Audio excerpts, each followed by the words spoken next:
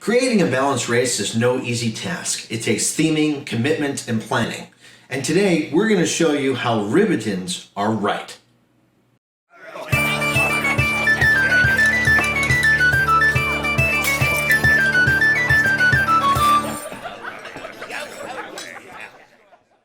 Welcome everyone, I'm Sean, this is Tony, and today we're going to be looking at the homebrew race, the Ribbitin. This is coming from DMSGUILD from Patrick Tracy, and it's a great example of what we kind of look for in a homebrew race. That's right. Now these are another frog person, so this is a lot like the grung or the bollywog, all these other things, but there's something specific about the way this is written that is truly a really good homebrew. Right, you might be asking, why don't we play one of those? Isn't it the same thing? Well, one of the great things about making a homebrew race is that you're supposed to make it different from what already exists out there, generally speaking. Exactly. Something can look the same as another race. You can have different types of humans or different types of elves, but the theme of that creature is what makes it different. Yeah, and as we go through this one, you'll probably pick up on a couple things that make it really special. Now, important to note with the Ribbitans, besides being frog people, they actually come from the Feywild. So they're Fey as well. I mean, they're not classified as Fey, but they are Fey. Right. And as, you know, if you think about that, that would mean a lot more of a magical approach to these guys. Right, exactly. Besides the fact that they're innately magical, it does add a lot of more to their backstory. They come from this wild, mystical place from the get-go, but they also don't live very long. They actually only lived about 50 or 60 years old. Oh, that's unfortunate. Yeah. I like these little guys. And the thing is with it is, as you're looking at this release, there is, and this is very, very exact. They give names, they give stuff about leaving home, they give small places, big developments. These are all little headings and flavor and backstory to these guys. It's not just like you're a cow person, Right. No offense to the cow people out there, but this one is very, very specific. Now, they do get some pretty interesting traits as you think of frog would. They're amphibious. They got a swim speed of 35 feet. And their walking is actually a little slower since they they're have small. to hop. Yeah, exactly. So. They also have Ribbitin magic, so they actually know thaumaturgy and prestidigitation.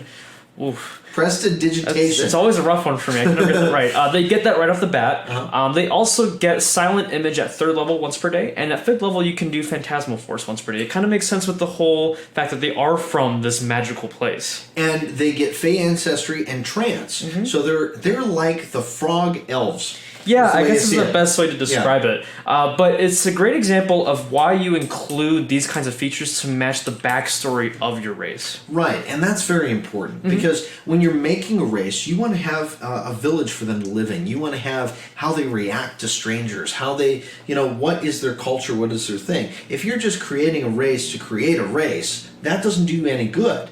You really have to make it for a campaign or make it for something that you want to run. That creates that crazy, thing. That's the thing that makes them memorable. It's not just, I'm playing a bunny person now. No offense to the bunny people. Of course. Jumping's always good too. And it ties into skills as well. Like, for example, the Ribbitans, they actually have +2 to charisma and +1 to dex. Right. And again, while making the creature like that, or a race like that, you have to have, it's +2 to one and 1 to another. Yeah, or usually. you can split that 1 to something else. Yeah. Like the Tritons are like that. Yeah, or there's some cases where you take an extreme of features, but then you kind of subtract from your actual abilities itself. Like the orcs, for example, different from a regular half-orc, they're built for like fighting and viciousness, but they actually have -2 to their intelligence. That's right, because they get that charge ability, that aggression ability, they get all these different things that would make them more dangerous, but then you have to do something to make them detrimental. It's that balancing act that we really have to talk about. Now, the thing I like about this Ribbitin one is that it really does go into great detail, not only on their culture, but on personality traits. Yeah, there's actually an awesome page where it actually gives you a bunch of different rolling charts for personality traits, bonds, flaws, and ideals, kind of similar to like a class or a background, but you actually get it for Ribbitans because they're written in a way where they're actually really special. They don't live for very long, but they're always curious about the world and they want to see what's out there. Yeah, so like some of those like that, on the Ribbitin personality traits, you'll see things like, my optimism is contagious, or so I think so. So you have this, these frog people, it's putting this idea that these are happy-go-lucky, well, come on, we can do it kind of guys. And it allows you to create a character around that theme, which I think is phenomenal. Yeah, and of course with traits, you can build off of these flaws. One of the flaws that's on here is I'm considered to be too trusting even amongst other Ribbitans. They're really nice folk, but sometimes they can be too nice. Yeah, I'm going to go out for a pack of cigarettes. I'll be back in a little bit. Okay, I'll see you in a little bit. And then you never saw him again. But it's great. I mean, the thing about this one, in addition to just having the characters on there, they actually go into non-playable characters, NPCs, and include not only that, but traits for your campaigns on how to put those in there. Yeah, and it's really neat. Going back to the NPCs, they actually describe that some Ribbitans become, obviously spellcasters, but there's some that become even paladins. So you actually have different NPCs that can cast spells. There's a spear bearer Ribbitin that's more for melee combat, and they give a lot of really different moves and a lot of different really innate descriptions kind of built in. Now remember, with the NPCs portion of that, you can use that for another player character in your campaign that you're pulling around. I know you're thinking NPC, yeah, that's exactly what it means, Tony. I get it. But what I'm saying is a lot of times I've seen where people actually make another player character to be an NPC. But the thing that I like about these is if you look at it, the multi-attack, the innate casting, the short bow, some of the stuff that they get is not covered in another class. So it's neat because that's a special thing for an NPC. Yeah, and of course if you're always kind of trying to get NPCs on the quick, you can always just pull up one of these pages and just toss in a couple of lore weavers or spear bearers, whatever you need to do. Right, exactly. I mean, they don't have to be your monsters. They could definitely be your players and such. Well, your DM PCs, I guess is the way I should say it.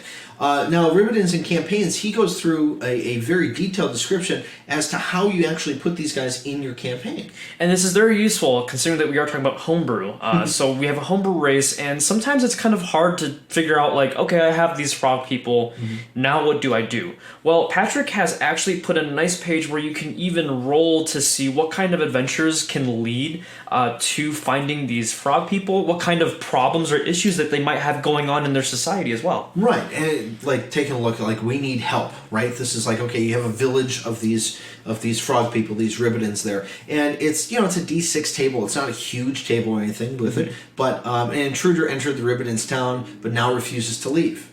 They're, if you're going off the idea that these people are very trusting and very nice or what have you, there's just this Minotaur guy who just walked into town and is just there. Right. That gives you something to do. That gives you a campaign. It gives you themes.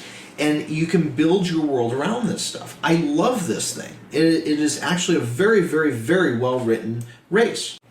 Now, as far as well-made races are concerned, if you want to pick this one up, you can go to DMSGUILD.com, and we'll put a link in the description below. You guys can check it out.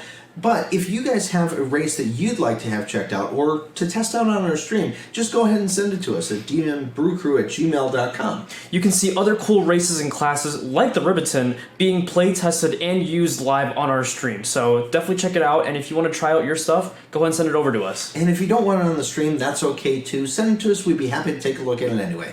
And remember, the best campaigns are always the ones that are homebrewed. So until next time, Keep brewing.